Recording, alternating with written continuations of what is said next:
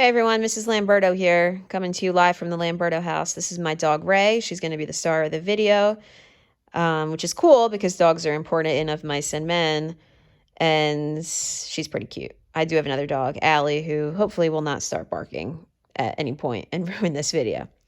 So hopefully the self-fulfilling prophecy idea became kind of clear to you in the Nemo clip, but if not, let's talk about it. Self-fulfilling prophecy is it's not that difficult of a concept. It just forces you to question, right? People say you are one thing. Does it truly make you that thing? And you can be like, well, no, of course not.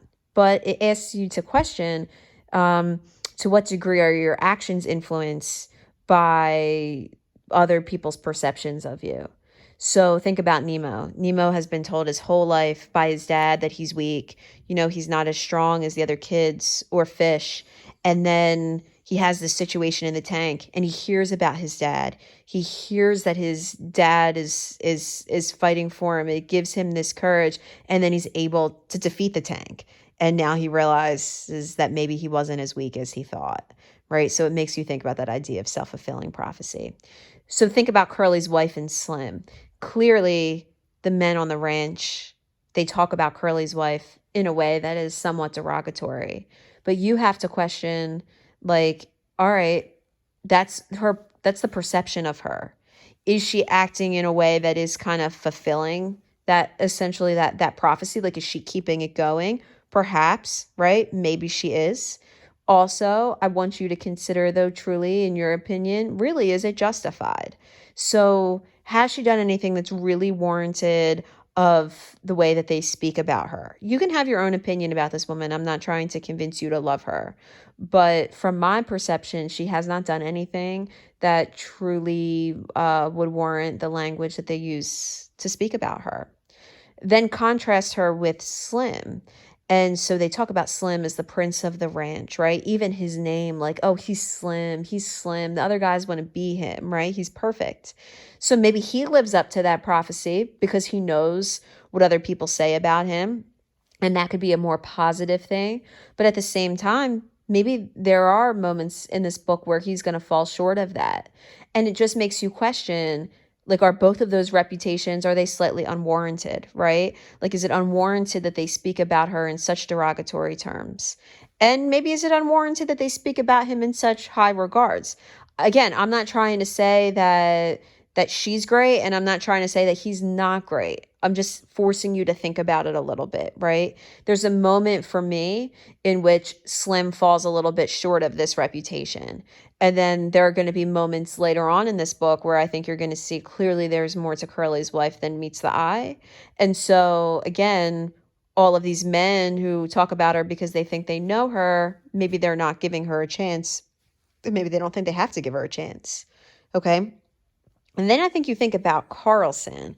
And some of your ideas about Carlson so far, you know, they're not wrong. This idea of that he doesn't value what's old, he doesn't value the elderly, maybe he doesn't value what's special, right? Or what's new, like, or he only values what's new, because there are people like that in society that they just want like the newest thing, right? That kind of also relates off of some transcendentalist points that we've talked about.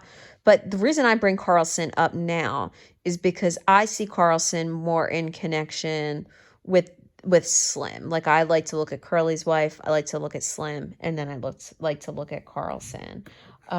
So is he the type of person who wants to be like someone else? Like, if you've ever met anyone in society, right, who doesn't have a firm sense of self and is just really kind of basing their sense of self off of other people, maybe that's Carlson. Okay, so I don't know if you guys still use the term poser. Maybe that makes me sound really old, but maybe that's Carlson. So I don't know, maybe he comes off as arrogant because he also thinks he knows everything. Maybe he represents that type of person for you in society. There are different claims that you can make about Carlson, either as to whether he doesn't have the firm identity and he's sort of like kisses up to Slim because he needs that approval, right? And because that helps build his character. or maybe he's a type of know-it-all character, and that reflects on people in society, right, who think they know everything without really truly getting to know anything. I think you could think about Carlson in both of those ways. I think he's a little bit more than just he doesn't value the elderly. Okay, so hopefully that helps clear up some of those ideas. I've been leaving comments on the claims that you made about the other characters. So, the boss clearly thinks that he can discriminate on people due to societal perceptions. Okay, so wealth and race, both of those, right, are absolutely true. When it comes to then thinking about Curly, some of us have interesting ideas related to whether Curly was bullied in his youth. Could be, but I think Steinbeck is using him more as the discriminator. So maybe he makes a point like similar to what we've seen about the cycle of oppression. If you like the idea that perhaps he was bullied because of his size, then is he the type of person that perpetuates that cycle? Could be. But also knowing that he's the boss's son, is he a discriminator due to entitlement? Right.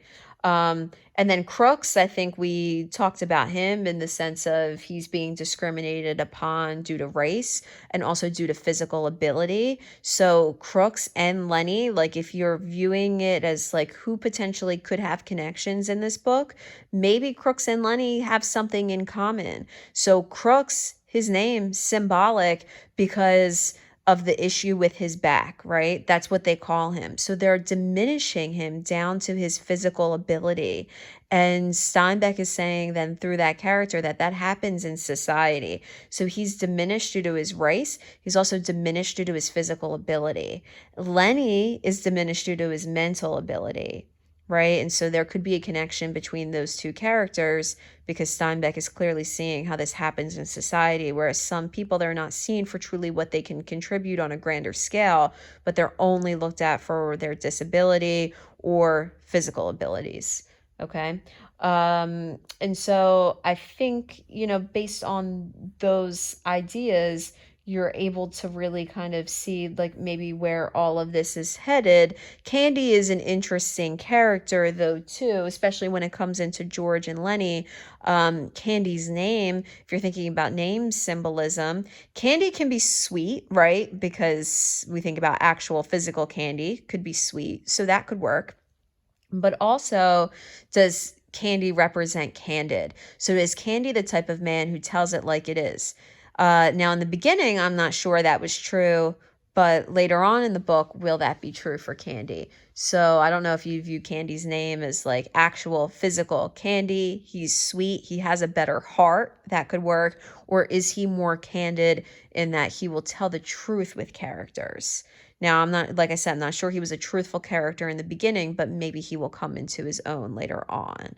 So where we go from here, why I asked you to do that police report, is because we consider the rising tension of this chapter. This is where the book now starts to pick up from a tension standpoint. So the police report should help you think about tension and how tension can escalate at this point. So we'll talk about the tension, and we're also going to talk about the dream again. So I think that there are emerging dreams, and from your perspective, I want to see what those emerging dreams are. Okay, so thanks everybody. Ray is fast asleep. Otherwise, she would say goodbye to you. So thanks for watching the video, and we'll talk next time. Bye.